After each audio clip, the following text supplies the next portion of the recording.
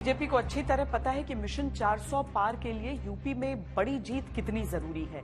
यही वजह है कि बीजेपी ने मिशन 100 दिन के तहत यूपी में अपनी रणनीति का ब्लूप्रिंट तैयार कर लिया। बीजेपी के कई दिग्गज यूपी में चुनावी रथ के सारथी बने हैं, क्योंकि यह अंदाजा सबको है कि यूपी की राहें आसान नहीं।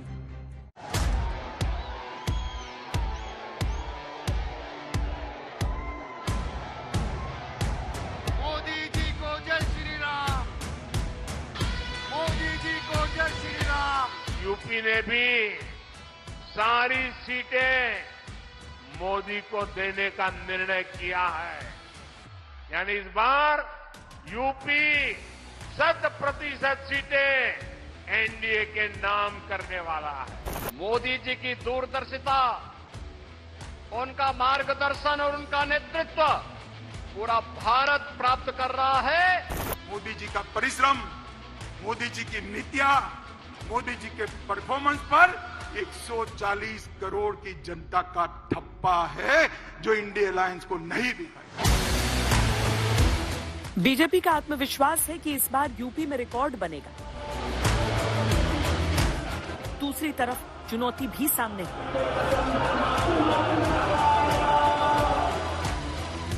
2019 में समाजवादी पार्टी, आरएलडी और बीएसपी ने गठबंधन में चुनाव लड़ा, तब बीजेपी और सहयोगियों की सीटें 2014 के मुकाबले घटी। इस बार समाजवादी पार्टी और कांग्रेस में गठबंधन हुआ है, इसका असर कितना पड़ेगा? कांग्रेस को एक सीट भी नहीं मिलनी है इस बार, ये डेफिनेट है। रही सपा की तो एक दो ठो जो पारिवारिक सीट है, हो सकता है उनकी पत्नी या चांसेस कुछ हैं। कांग्रेस की तो स्थिति यूपी में बहुत ही ज्यादा खराब चल रही है और अखिलेश जी वो बात नहीं कर पाए जो उनके पिताजी में थी, संभाल नहीं पाए गद्दी को। फिर भी लगता है 2 सीट मिल सकती है उनको। 2 युवाओं की जोड़ी भाजपा वालों की नींद उड़ा कर रख दी है। अखिलेश यादव अपनी पारिवारिक 1-2 सीट बचा ले जाए, ये बहुत मुश्किल का काम है। और कांग्रेस का तो क्लीन स्वीप रहेगा, एक भी सीट नहीं। पिछली बार रायबरेली मिला था, इस बार वो भी नहीं मिल रहा है। बीजेपी ने समाजवादी पार्टी और कांग्रेस गठबंधन से काफी पहले से ही अपनी तैयारियां 100 दिन का लक्ष्य लेकर शुरू कर दी थी। केंद्रीय मंत्रियों और बीजेपी के मुख्यमंत्रियों को अलग अलग क्षेत्रों की जिम्मेदारी सौंपी गई। हर वार्ड के हर व्यक्ति तक पदाधिकारियों को पहुंचने का काम दिया गया। बीजेपी के संगठन पदाधिकारी यूपी में गांव परिक्रमा यात्रा और गांव चलो अभियान के तहत प्रवास कर रहे हैं। दलित बस्तियों में पीएम मोदी की योजनाओं और संदेश को पहुंचाने का टास्क भी दिया जा चुका है। 100 दिनों के अंदर जनता की मांगों के आधार पर ही बीजेपी अपना घोषणा पत्र तैयार करेगी। साथ ही 2019 में हारी हुई सीटों पर सबसे पहले प्रत्याशी घोषित करने की तैयारी चल रही है।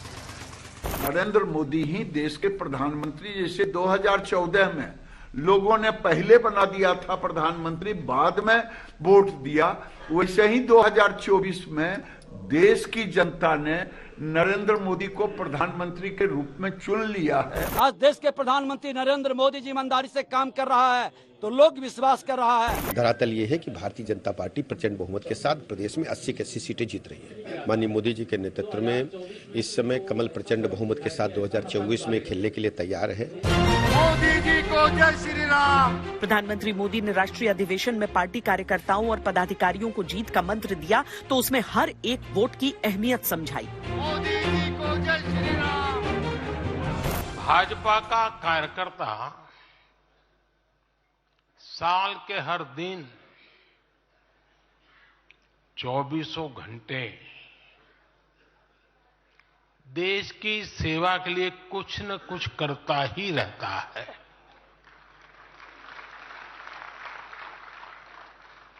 लेकिन अब अगले 100 दिन नई ऊर्जा, नया उमंग, नया उत्साह, नया विश्वास, नए जोश के साथ काम करने का है।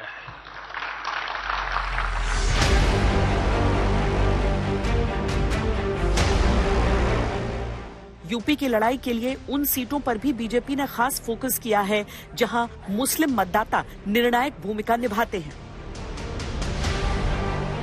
तो यही कहूंगा कि आपके वैचारिक माध्यम से जो राम को लाए हैं वो हम उनको ले आएंगे और 2024 में फिर से प्रधानमंत्री नरेंद्र मोदी जी को बनाएंगे। लखनऊ की शाम हो और ये चाय हो और अवध में राम हो, यही चुनाव जो है बहुत कुछ समीकरण आगे बदलेगा और नरेंद्र मोदी की सरकार तीसरी बार बनने के लिए तैयार है। ये मतलब जो पुराने लोग हैं, ये मतलब मोदी साहब को पर तलाक की बात रही हो, चाहे मुफ्त अनाज की बात रही हो, चाहे शौचालय की बात रही हो, चाहे प्रधानमंत्री आवास की बात रही हो, जो भी मोदी जी ने वादा किया था वो जनता के बीच पूरा उतरा। तो साफ संकेत दे दिया है कि 2024 में तीसरी बार मोदी जी प्रधानमंत्री बनने जा रहे हैं। मोदी जी 2 किलो 3 किलो अनाज दे रहे हैं, इसीलिए हम मोदी जी को वोट देंगे।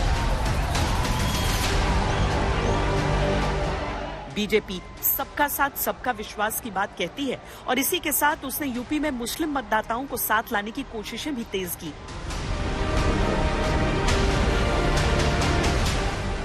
यूपी के मस्जिदों और मदरसों में उर्दू और अरबी भाषा में प्रचार किया जाएगा, ये फैसला लिया गया। प्रधानमंत्री मोदी के मन की बात का संकलन उर्दू में कराकर मुसलमानों के बीच बांटने की कोशिशें शुरू हुई। मुस्लिम इलाकों में बीजेपी के पोस्टर्स को लगाने की शुरुआत हुई। बीजेपी अल्पसंख्यक मोर्चा बीजेपी की योजनाओं को मुस्लिम मतदाताओं तक पहुंचाने की शुरुआत कर चुका है।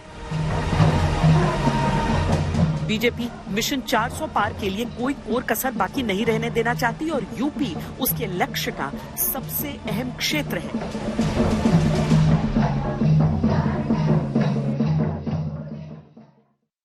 ये तो माना जाता है कि उत्तर प्रदेश की राजनीति ने हमेशा दिल्ली दरबार का रास्ता दिखाया है, लेकिन पिछले कुछ समय में यूपी की राजनीति ने ही देश की राजनीति में बड़े बदलाव की नींव भी रखी है। शीर्ष नेताओं की पारंपरिक सीट पर तगड़ी चुनौती पेश करने की राजनीति, मौजूदा चुनावों में वो नई राजनीति और आगे बढ़ चुकी है।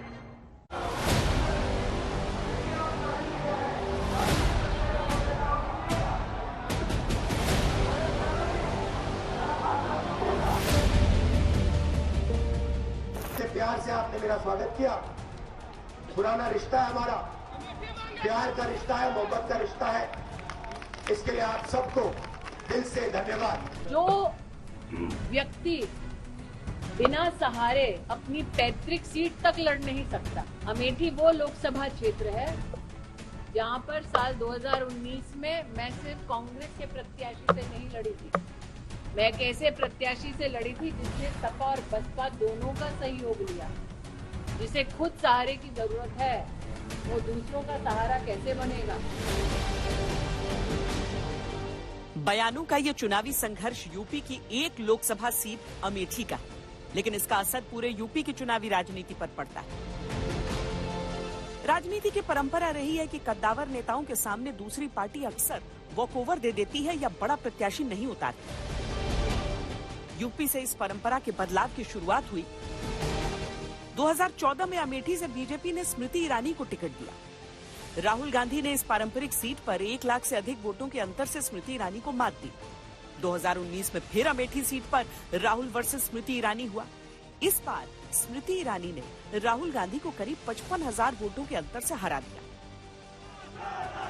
पूरे देश का चुनाव एक तरफ और अमेठी का चुनाव एक तरफ पूरे देश में सुर्खियां बटोर ले गया।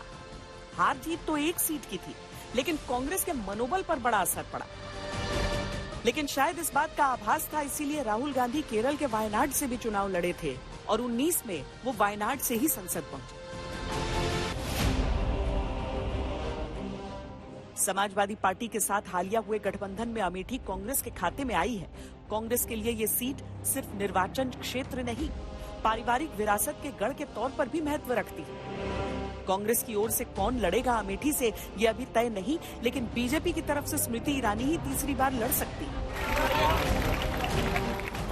कि मात्र 2 वर्षों में अमेठी में 8,000 लखपति दीदी बनी है।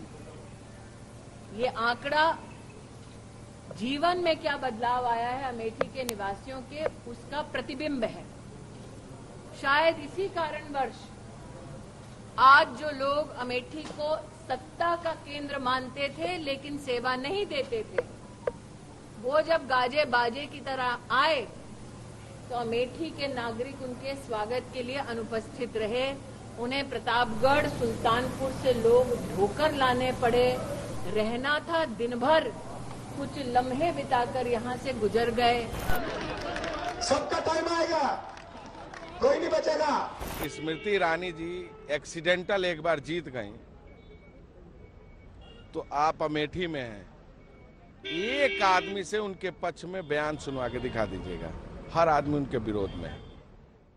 और जो लोग केवल दिखावा, जो लोग केवल लोगों को गुमराह, जो लोग केवल आरोप प्रत्यारोप की राजनीति करने वाले लोग हैं, ऐसे लोगों को अमेठी की जनता कभी अपने साथ नहीं रख सकती। वहाँ की सांसद और मंत्री स्मृति ईरानी ने घबराकर अपना कार्यक्रम अमेठी के अंदर लगाया है और अमेठी के अंदर वो दौड़ा करने वाले हैं, क्योंकि राहुल गांधी अमेठी का बेटा, अमेठी का भाई, अमेठी आ रहा, अमेठी की जनता उनको आशीर्वाद और स्वागत करने वाली है। रायबरेली भी यूपी की एक ऐसी सीट है जिस पर गांधी परिवार का खासा प्रभाव रहा है।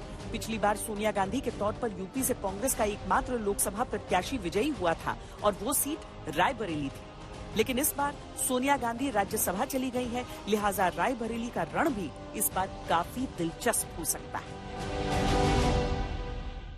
नाना करते हुए आखिरकार समाजवादी पार्टी और कांग्रेस में बात बन ही गई। 2017 में यूपी विधानसभा चुनावों में दोनों पार्टियां साथ आई थी, लेकिन बीजेपी के प्रचंड प्रवाह को रोक नहीं पाए थे। फिर दोनों ने रास्ते अलग कर लिए, अब फिर साथ आए।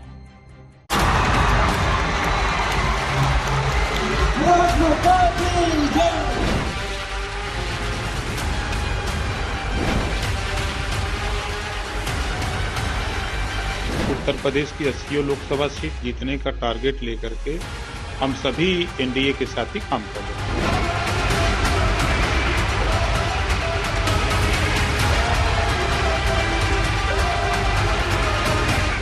इतने दल के गठबंधन बना के एनडीए बना कर लड़ रहे हो, अकेले लड़ के तुम लड़ो, आके समझ में आ जाए।